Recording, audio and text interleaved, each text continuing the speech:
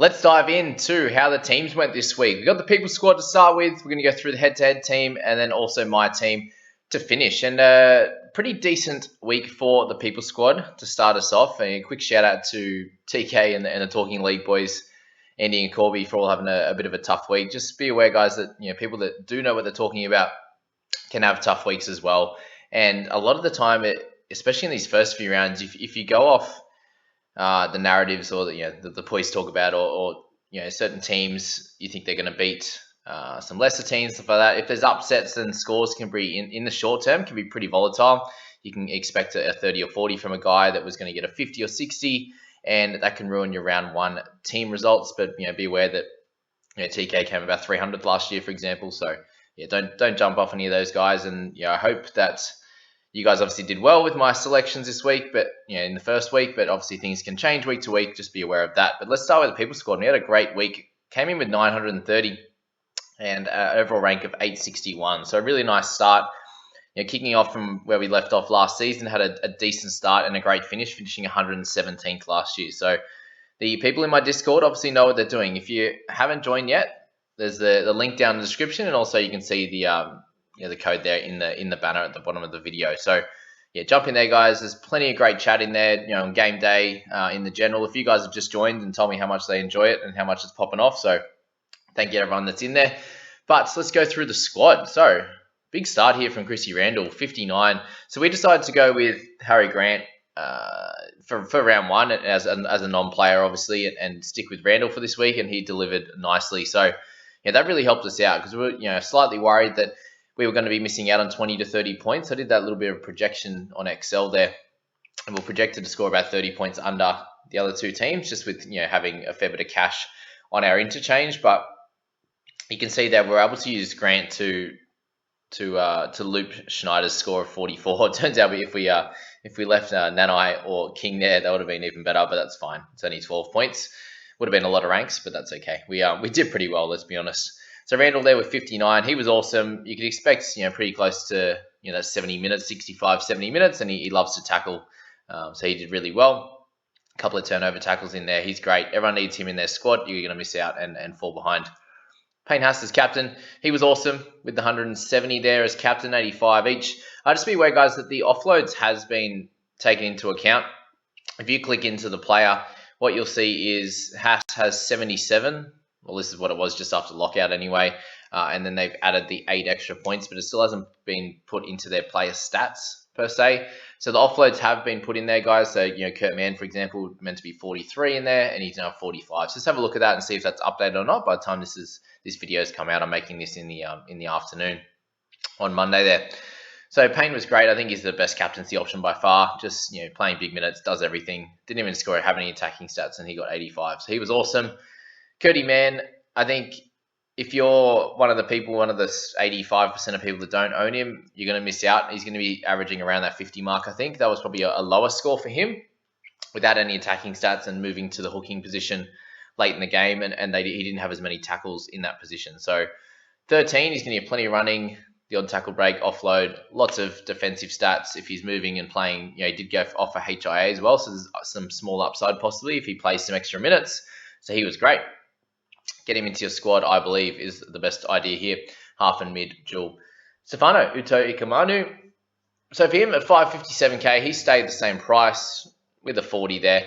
He got the 51 minutes. I think that's some great signs. If you look at the majority of his scores last year, he was playing around that 40 minutes and even less in some cases. Back end of the year, he got between 50 and 60 minutes. So if he can get a few attacking stats against a lesser side, than the Storm, then I can see him doing really well. Yes, he's at this stage probably not a keeper, but I wouldn't be stressing about him. If you have to move him around to get other people in your squad, then great. If you're trying to trade him to an Arrow, for example, I think that's a silly idea. But if there's if you missed out on a bunch of the must-have cash cows, for example, then he could be someone that you might have to move on from. But I can see him bouncing back and getting a 50 plus next week. All right, Bullymore with 48 did his job. Wasn't too excited with him, but obviously the Manly boys struggled a fair bit as well. So you're looking to him to get mainly defensive stats, I'd say, and maybe a 35 next week rather than a 48. So yeah, I'd definitely look to probably still play him. But if you have a really good bench at the moment with Nanai, Schneider, these kind of guys. They may score more than him next week. Arrow was great with 64, so I'm glad we popped him in the People's squad. Yeah, just played almost, probably about 71 minutes there. Dual position, did a bit of everything, moved from the edge to the middle there and smashed it. I wouldn't expect 64s from him every week. I was hoping for around the 50 average, so he might come down a little bit. I'm expecting Stefano to probably come up a little bit from his 40, so keep that in mind. We obviously decided to pick Brown, and unfortunately, the people followed me with this one. He was our only real down. Yeah, him and Ilias in the halves was our only killer. Other than that, we absolutely smashed it. So Brown should be better. I spoke about him in the last video that he had a ridiculous amount of low scores. Sorry, he hasn't had a ridiculous amount of low scores in years, and that was one of his lowest. So he should only improve if he stays in that 6 jersey. The main worry is that he got moved to the centres on the weekend. I'm not sure if they'll try and change that and actually carry. I think they got Niokora to come back. He's someone that could play in the centres if they have an injury. So hopefully Brown gets to stay in the 6 because that's not really something that happened last year, and I hope that doesn't happen again. Ilias is someone that did okay. I don't think you have to try and trade him out. It was first game. He was trying to warm into the game a little bit and didn't get to score too well. The Rabbitohs weren't very good. They'll improve across the season. This game's a little bit harder for him, so maybe you just pop him in the emergencies. If you have to trade him out for a must-have, there's obviously a couple of must-have guys I'll speak about in future videos. Then you can do that if you want to, but I don't see him as a must trade out like a lot of people are talking about. All right, so in our centers, we had a really, really good go of it with Isaac Tango. How do we say it, guys? If you can continue saying that, that would be best rather than Tago. So it's Tango. He went really, really well. I think he's going to be one of those must-have cash cows at 373. It's obviously a little bit more expensive, but his break-even is down a long way. So that is really good, and I think he will be a great person to have in your squad. I don't think he's going to get 61s every week. I'm expecting somewhere around the 35 to 40 for him. Runs the ball well, defends nicely, so I can't see a ridiculous amount of missed tackles. I can see some tackle busts and offloads, and the odd try in there every second or third week, I'd say, for Isaac. Ewan Aiken with 56, he was great. 80 minutes. If we can get that for the foreseeable future, and he can get some attacking stats in there, he's going to be one of the must-have centre keepers for sure.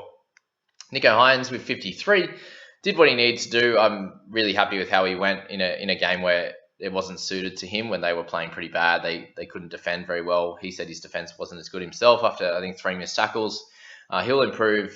The Sharks will improve. They're going to have a fun game this week up against the Eels, though, and it is at home, so we'll see how he goes. Stephen Crichton with 57, he was great. I'll be playing him each week. He just looked really strong. Yes, they were great, so hopefully they can continue doing that, and he will score well. Pat with 44, we're hoping he gets the goal kicking back. And if he does, then obviously that gets you about 6 extra points, I'd say, on average. And 44 in his first game back, coming from a little bit of an ankle injury, I think was completely okay. We moved to our interchange and we went for Tuolangi. We got Taumalolo and Walters, and then Schneider as well with Nanai and Max King. So all guys making cash except for Lolo, who just stuck steady at his price point there. Obviously, Maxi King and Nanai doing really well, both making a fair bit of cash. And then Vailea with the 7. So we decided to pop him in as a little bit of cover last minute, and it didn't work out great. Just someone who was cheap, the only real cheapy option there at that price. Obviously, I think we end up having about 12k in the bank. So for Vailea, not great, but you're not going to bother trading him out. He's 229. He can only get down to 220. Like if he's not great, he's not great. He might have the odd good game, but yeah, if you're looking at his stats from last year, he wasn't doing very well. But a nice addition to our our team value from round 1. Tuolangi went really well as well. I'm happy with how he went first game. He's obviously a youngster. He will only improve from there. Billy Walters was awesome. Let's see if he keeps the 6 jersey. If he doesn't, we do have enough guys to cover. Maxi King, spoke about in the last video there. If he can get around 30 to 35 minutes, he should be able to make plenty of cash, average 30 to 40, somewhere there. I think Nanai is going to be pretty close to a must-have. He looks great. He was our best player by far for a youngster as well. So that's that. With that team, Schneider, I think you can safely play him each week. They're going to play some lesser teams as well, so he'll do well. And the kicking goals was a great addition there.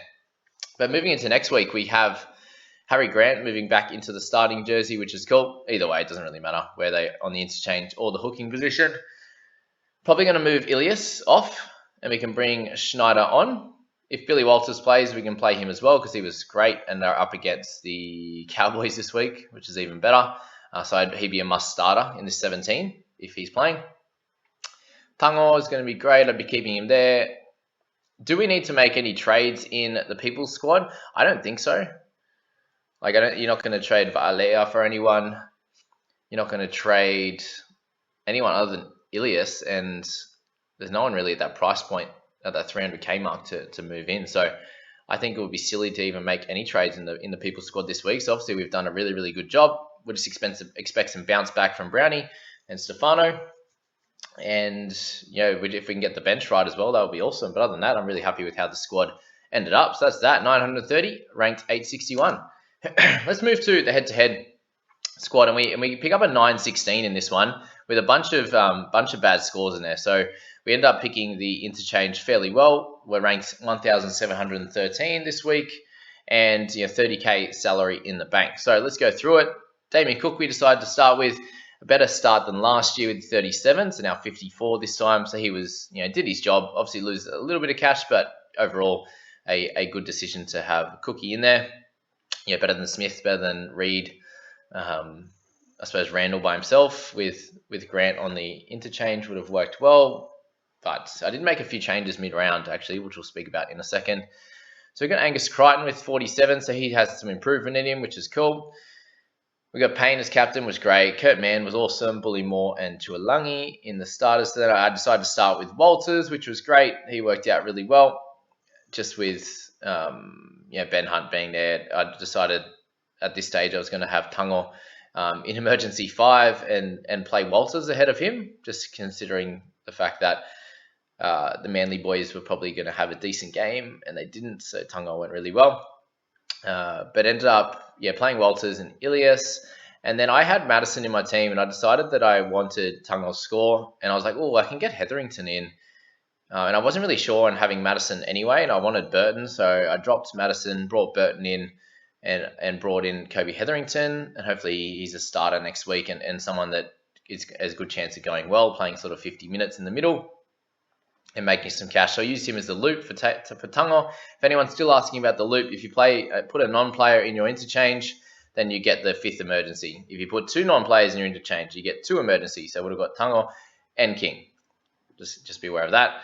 Burton overall didn't have a great game, but it's all base, right? Hines was 53 with a try assist. Burton was 39 with should have been a try assist, but ended up getting taken away. So he was fine without being spectacular.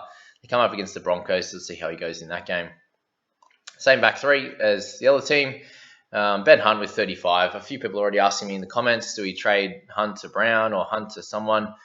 No, it'll be fine. It was a low game. He's going to have some odd low games, and he's going to have 80s. So next week will probably be an 80 for him. In terms of next week, that's going to be the real question. We have Sean Russell at 41. Obviously made a little bit of cash for us, 20k. But he's going to be someone that we look to trade out. Unfortunately, we don't have a large amount of money to spend, and Nanai is someone that we've missed out on in this team. So he'd be someone that we'd look to try and bring in. But the issue is who we'd trade out to get Nanai. And if you're looking at the squad that we currently have, it makes it really, really tough, right? There's no one you'd really trade out to bring in a Nanai. We don't really have many mid-rangers either, unless you're not happy with Burton. But he's going to improve for sure. There's no one really clear that we can trade out, which is a little bit annoying because I feel like Nanai is a really important player. Luckily, I have Tungo in this team. And the other guys are just too cheap to straight swap. You have to make 2 trades to bring Nanai in. I'm not sure if that's worth it for this squad. The main worry here is that we are playing head-to-head. And the goal in this one is to gain as much cash as possible. And that makes it a little bit tough when you don't have one of the more must-have cash cows to start the year. So, is there any of these guys here that we think aren't going to make too much cash that isn't a keeper? Like you'd say Hines, Pat, Bird, Burton are all keepers. We have Bully and Tuolangi, but they're making cash as well. Kurt Mann's going to make you some cash and score well. You got Cook, Crichton, Hunt, and the rest of you wouldn't trade out. So, very, very, very interesting. Might have to leave him and not make any trades again this week, other than maybe Sean Russell if another cash cow comes up in team list. But that's probably it with that team. And just an update, I'm in about 8 or 9 head-to-head leagues and won all of them this week. So here I come. Good luck, everyone else. All right. Whew, the tough Sunday comes along. My 3 Eels boys, Reid Mane, Brownie, and also Penasini, all in the 30s when I was, my last 3 players for the round. If they got somewhat a good score, I'm in the 900s easily, 920s, 930s, 940s, and could be sitting in the top 1,000, but it wasn't to be, and that is okay. It is round 1. But an 884 is still pretty solid. I've seen a bunch of scores in the 700s, the low 800s, so we'll take it for sure. But obviously, Reid having his lowest score in years, he'll come back from it. Payne Haas is captain, picked Arrow up. I'm happy with that. And I hope that a lot of people steered towards Arrow. Kurt Mann as well. Bully and Aitken in there were great. Lockie and Schneider. So Schneider was fine. Ilias not so much. We'll try not to play him this week would be the goal. Bird and Penn, I expect some better game, some more attacking stats from Penn at some point. Hines, Crichton, Pat was sweet. You got Randall, I had Brown in the interchange, just moved Ilias into the starting side. Stefano with the 40 wasn't great either. Chualangi in there, 38. Missed out on Walter's score, which was sad, but it is what it is. And I got Berry as my backup, centre wing fullback, and then I've got Kingy there and Leo Thompson. The big thing with Berry to bring him in over Tungo was the fact that I have yes, he's a little bit expensive at the 358 that he was, but he's going to cover that wing fullback position. There are going to be injuries, there are going to be suspensions, so we're going to need someone like him, and he's got some room for attacking stats as well. With this team, pretty happy with how we went, right? We made about 300k in team value. My biggest thing here is I don't have Nanai and I don't have Tungo. So I think that's too many to not have, if that makes sense. I think it's 2 guys that are going to make a lot of cash, I feel, personally. Both look really good to the eye and have really good roles in their squads. Yes, they're not going to average that 56 and 61 that they had, but I think they're going to be very important players in this squad. So I think I have to make the 2 trades here. It's a bit of an interesting one. Who do you move on? Options include Stefano. Yes, he didn't have the best game. He was the one we're obviously a little bit not sure about.